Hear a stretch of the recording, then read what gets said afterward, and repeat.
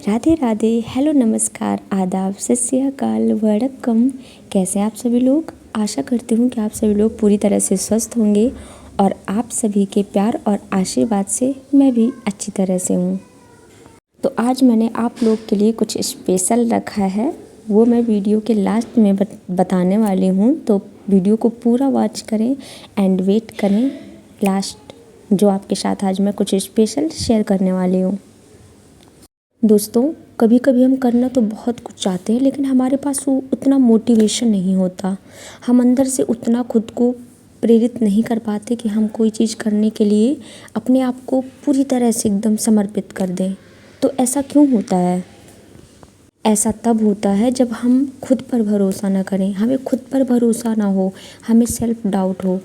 और self doubt तब होता है जब हम पूरी तरह से, मतलब जो काम हम करना चाहते हैं उसमें हम अपना 100% नहीं देते। और हमें ये बात बहुत अच्छे से पता होती है, क्योंकि हम सोशल मीडिया में अपना टाइम बर्बाद कर रहे होते हैं, फेसबुक, इंस्टा, और पता चला कहीं दोस्तों से फालतू में बकवास करने में, फालतू की बातों में लगे हैं, इधर उधर टाइम व्यतीत कर रहे हैं। मतलब हमें अच्छे से मालूम होता है कि हम टाइम बर्बाद कर रहे हैं। और जब ये चीज़ क्लियर होती है ना कि हाँ, हम ऐसा कर रहे हैं, हमें ऐसा नहीं करना चाहिए, हमें पढ़ना चाहिए, तभी सेल्फ डाउट होता है। क्योंकि जब कोई 100% बहुत मेहनत करता है ना, अपने आप को पूरी तरह से उस काम के प्रति समर्पित कर देता है, तो उस व्यक्ति को सेल्फ डाउट नहीं होता है, और होना भी नहीं चाहिए। सबसे ज़्यादा इम्पॉर्टेंट है कि आप जो भी काम करिए, आप जहाँ पे भी हैं, जो काम कर रहे हैं, खुद पर भरोसा रखिए, क्योंकि खुद पे भरोसा करना बहुत ज़रूरी है। यदि आप खुद पे भरोसा करते हैं तो कुछ भी पॉसिबल है, और यदि आपको खुद पर भरोसा नहीं है तो फिर और कोई आप पर क्या ही भरोसा करेगा, है ना। और मेहनत बहुत करिए, क्योंकि मेहनत नहीं करेंगे तो सेल्फ डाउट तो होगा ही, क्योंकि आपको खुद पता है कि आप ठीक से मेहनत नहीं कर रहे हो। इसलिए पूरा अपना जी जान लगा दीजिए, बहुत मेहनत करिए। और आप जितनी ज़्यादा मेहनत करेंगे ना, आपका जो कॉन्फिडेंस है ना, वो बढ़ता चला जाएगा, और खुद पे जो भरोसा है वो भी बढ़ जाएगा। इसलिए मेहनत करना बहुत ज़रूरी है। समय बर्बाद करेंगे तो सेल्फ डाउट भी होगा, और कहीं ना कहीं एक गिल्ट भी रह जाएगा, और ज़िंदगी भर के लिए पछतावा रह जाएगा। क्योंकि सही समय पे सही फैसला लेना बहुत ज़रूरी होता है, और यदि हम सही फैसले लेने में देर करते हैं तो उसका पछतावा हमें पूरी ज़िंदगी होता है, जो हम कभी बदल नहीं सकते हैं। तो हर दिन की तरह आज की भी मेरी दिन की शुरुआत हो चुकी है। सबसे पहले मेरी दिन की शुरुआत होती है फ़िलहाल गर्म पानी पीने से। मैं सबसे पहले उठ के गर्म पानी पीती हूँ, और फिर उसके बाद मंजन वगैरह करके फिर मैं बनाना शेक पीती हूँ।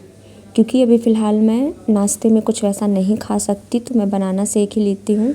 तो फिर मैंने बनाना शेक बनाया अपने लिए, और फिर मैं बैठ गई, क्योंकि नाश्ता तो हो गया, अब क्या बचा मेरे पास, पढ़ाई करने के लिए। तो अब मैं बैठ गई 2 घंटे के लिए, 2-3 घंटे के लिए पढ़ाई करने, और फिर उसके बाद मैं खाना बनाऊंगी। तो आज के लिए मैंने रखा था कि जो जो मैंने चैप्टर सेलेक्ट किए थे अभी 2 दिन से, तो क्योंकि उनमें कई कई क्लासें हैं, तो मैंने आज का दिन रखा था कि मैं पूरा जो जो बचा है मैं उसको पूरा करूँगी। मुझे लगता है कि बहुत जल्दी स्पीड बढ़ाने से कोई मतलब नहीं। हम जितना भी पढ़ें, ऐसे पढ़ें कि उससे हमसे कहीं से कुछ भी पूछ लिया जाए तो हम उसका आंसर कर पाएँ, और वो भी एकदम सही, है ना।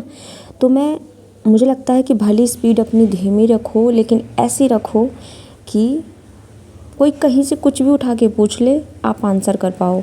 ये पढ़ाई अच्छी होती है।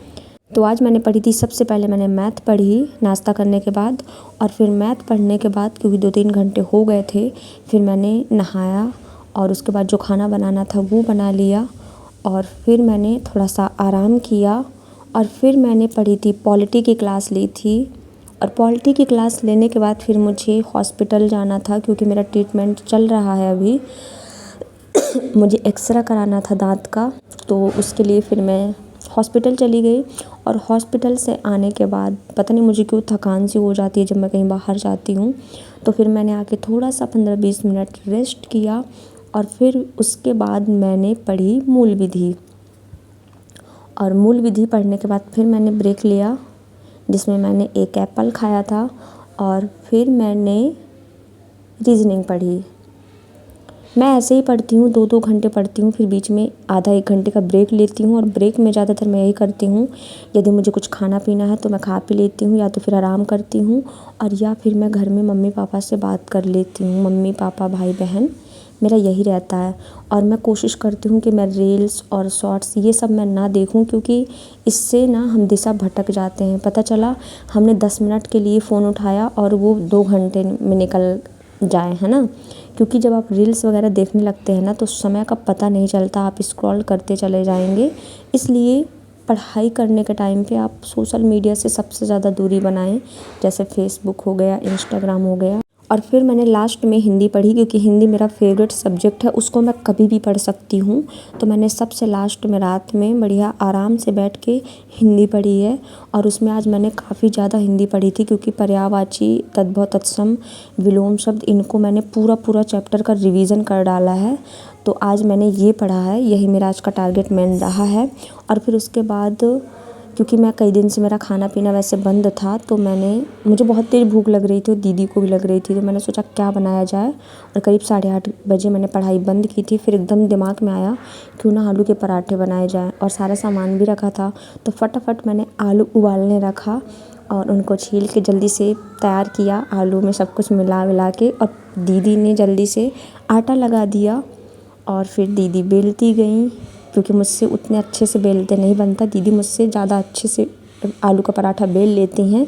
तो दीदी जल्दी जल्दी बेलती गई और मैं सेकती गई। और फिर उसके बाद मैंने बहुत अच्छे से मन से खाया है, क्योंकि मैंने कई दिन से मतलब पेट भर के मैंने खाना नहीं खाया था, क्योंकि मुझे प्रॉब्लम थी इस वजह से। और फल फ्रूट में कोई कब तक मतलब ऐसे रह सकता है जब तक कोई खाना ना अच्छे से खाए। और आलू का पराठा ना मेरा बहुत फेवरेट है, इसलिए मैंने तीन खा लिए थे। फिर उसके बाद मैंने थोड़ा सा रिवीज़न किया और मेरा कुछ ऐसा ही आज का दिन रहा। और अब बात करते हैं कि मैं आपके साथ आज क्या स्पेशल शेयर करने वाली हूँ। तो स्पेशल ये है कि आज मुझे आप लोग को ये बताना था कि मैथ में 10-11 ऐसे चैप्टर हैं जिनसे बहुत ज़्यादा मात्रा में क्वेश्चन आते हैं। तो वो मैंने लास्ट में शेयर किया है, तो आप लोग ज़रूर देखिएगा। और उन चैप्टर के नाम मैं आप लोग को बता देती हूँ। तो उन चैप्टर के नाम है नंबर सिस्टम, जिससे कि कई क्वेश्चन आते हैं, 2 से 3 क्वेश्चन देखने को मिलते हैं। LCM हो गया, HCM, percentage, profit and loss, average, time distance, ratio, simple interest and mensuration. और हाँ, DI को तो छोड़ना नहीं है, क्योंकि DI जो है ना ये चैप्टर, इससे कम से कम 5 से 6 क्वेश्चन आते हैं। तो आप इसको दिमाग में अच्छे से बैठा लीजिए कि ये चैप्टर, और ये उनके लिए हैं जो पूरी मैथ पढ़ डाले हैं, कोई बात नहीं, लेकिन जिनको अंदर से ये लगता है कि अभी हमारा कुछ भी नहीं हमने पढ़ा है और पता नहीं, मतलब उनको थोड़ा सा घबराहट सी हो रही होगी, क्योंकि उन्होंने अभी तक कुछ नहीं पढ़ा होगा या थोड़ा बहुत पढ़ा होगा। तो उनको मैं ये सजेस्ट करूँगी कि आप सबसे पहले इन चैप्टर को कंप्लीट कर लीजिए। और फिर उसके बाद यदि मतलब आपके पास टाइम बचता है, एग्ज़ाम देर से होता है, तो आप बाकी के जो चैप्टर बचते हैं आप उनको अच्छे से कर लीजिएगा। लेकिन अच्छा होगा यदि आप सबसे पहले इनको लेके चलें, आप इनको अच्छे से तैयार कर लीजिए। और 20 तक पहाड़े, 30 तक स्क्वायर और 20 तक क्यूब आपको आने चाहिए, तभी आप अच्छे से मैथ में थोड़ी सी अपनी पकड़ बना पाएंगे और जल्दी सॉल्व कर पाएंगे।